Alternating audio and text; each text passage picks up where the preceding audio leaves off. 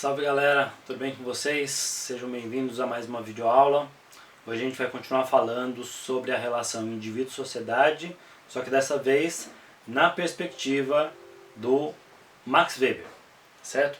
E o Max Weber é um sociólogo muito importante e que vai desenvolver toda a sua sociologia num contraponto àquilo que o Emile Durkheim tinha proposto, né? Principalmente nessa observação da relação indivíduo-sociedade ou estrutura social e ação social, certo? Enquanto o Emile Durkheim propunha, né, uma análise da relação indivíduo-sociedade a partir da perspectiva da sociedade, da estrutura social sobre os indivíduos, o Max Weber vai propor uma observação contrária, uma observação do ponto de vista da ação dos indivíduos sobre a estrutura social. Tá certo? Então aqui é interessante a gente ver em contraposição Durkheim e Weber, justamente porque eles partem de perspectivas opostas, distintas, nessa relação indivíduo-sociedade.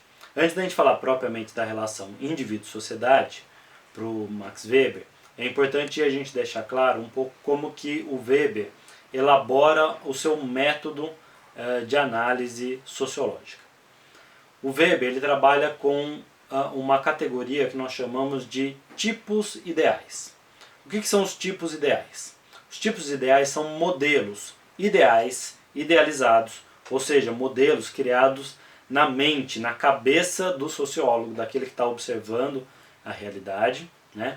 São modelos que vão servir como parâmetro para a observação das manifestações e dos fenômenos sociais reais, concretos, tá certo? Um modelo, né, um tipo ideal, ele nunca vai existir exatamente daquela forma na realidade, porque ele é ideal, ele não é real, tá certo?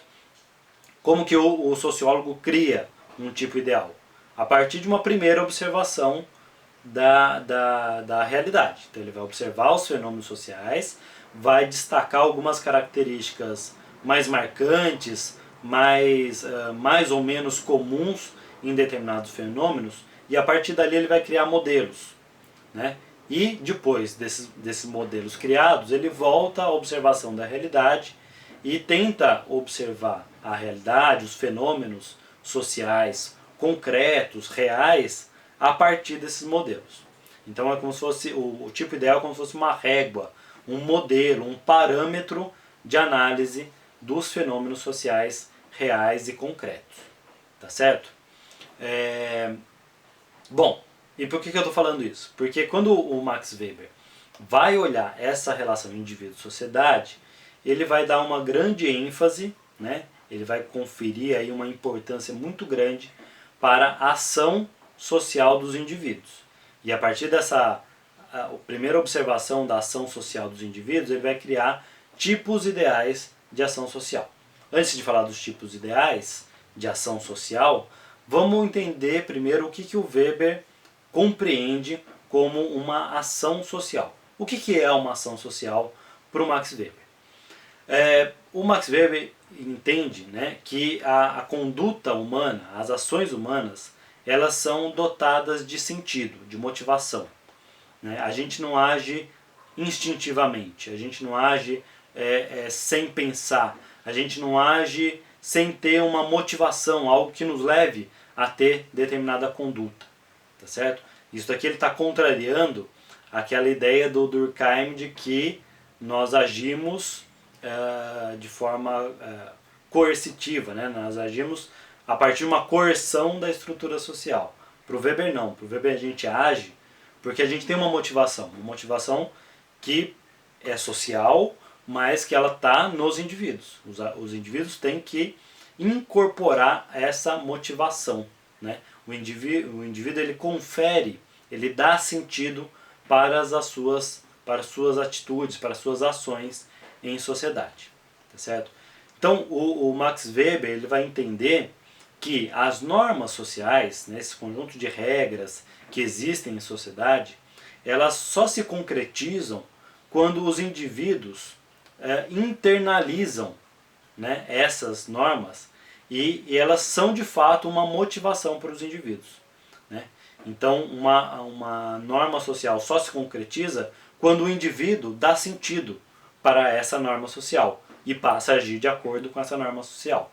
Tá certo? Então percebam aqui a grande importância que o Weber dá para a ação dos indivíduos e para essa perspectiva do indivíduo em relação à sociedade. Tá certo? Aqui para o Weber, o indivíduo ele tem um peso maior nessa relação com a sociedade do que no Durkheim. O Durkheim acha que o indivíduo não é nada e a sociedade é tudo. Para o Weber, o indivíduo, a partir das suas motivações e das suas ações, constrói a estrutura social, né? Determina o funcionamento da estrutura social, certo? Determinar pode ser uma palavra às vezes meio pesada, e aí vão ter várias discussões na sociologia sobre o que é determinação, mas de uma forma mais simples é essa ideia que eu estou querendo passar, de que para o Weber é a ação dos indivíduos, é a ação social dos indivíduos que confere, né, que garante o funcionamento da estrutura social, e não o contrário, como pensava o Emile Durkheim. Tá? Quando os indivíduos dão um sentido para a sua atitude, de certa forma eles estão agindo em resposta, né, ou em reação a outras ações. Tá certo? Uma ação, para ser uma ação social, ela precisa envolver diversos indivíduos, pelo menos 2 indivíduos, né? Porque senão ela seria uma ação individual isolada. Ela só é uma ação social quando existe mais de um indivíduo em relação, né? E a ação de um indivíduo promove uma reação, né? Uma resposta no outro indivíduo. Tá certo?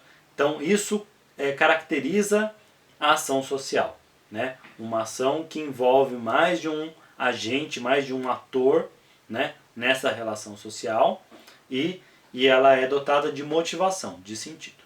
Tá certo?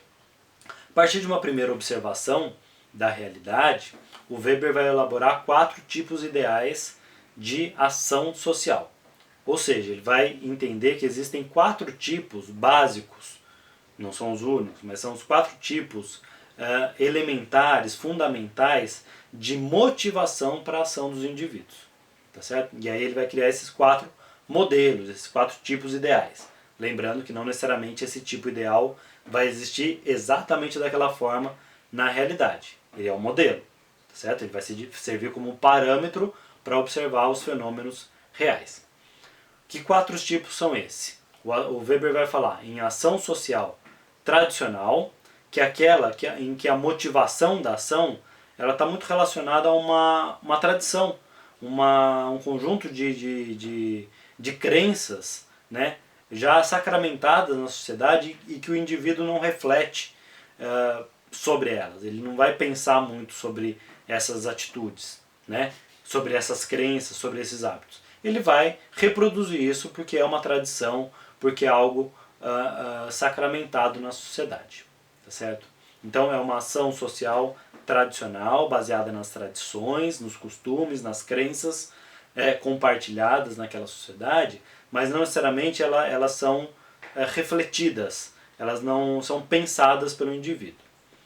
O segundo tipo ideal de ação social que o Weber destaca são as ações sociais afetivas.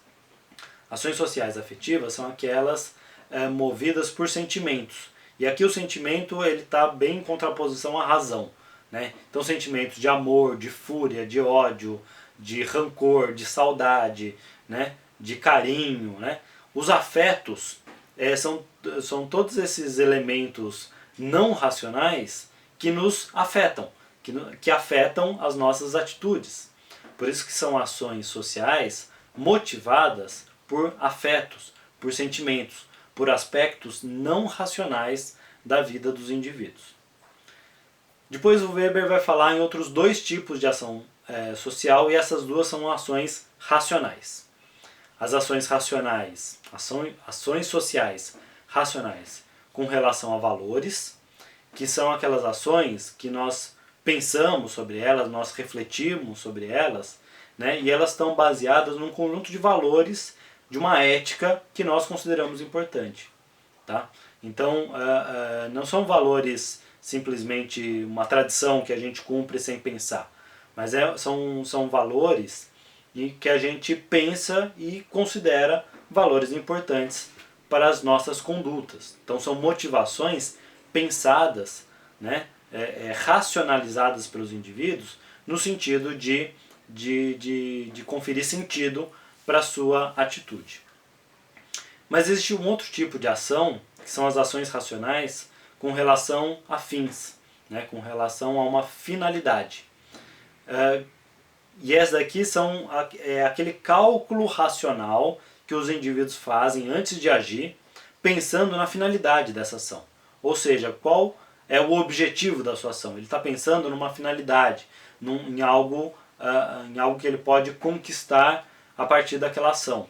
Tá? Não necessariamente isso é pejorativo, mas pode ser. Quando alguém age ajudando alguém, mas pensando numa retribuição, pensando em alguma coisa maior que ela pode vir a conquistar com isso, né? É uma ação racional com relação a fins. Tá certo? A gente precisa destacar que esses tipos ideais eles não vão ser exatamente dessa forma na observação da realidade concreta. A gente pode pegar uma mesma atitude, uma mesma ação social e entender que ela tem características de uma ação social tradicional, de uma ação social afetiva, de uma ação racional relacionada a valores e uma ação racional relacionada a fins, a uma finalidade, certo? Essa é a grande sacada do Max Weber, né, com a sua elaboração do tipo ideal. O tipo ideal é ideal, ele não é real. A gente observa o real a partir dessas ideias, a partir desses modelos criados. Né? Quando a gente fala das ações sociais, se a gente encontra uma pessoa na rua e quer cumprimentar essa ação de cumprimentar a pessoa, um conhecido, ela pode ser motivada por uma tradição. Por exemplo, se eu estendo a mão para a pessoa, é uma tradição na nossa sociedade se cumprimentar assim, tá certo?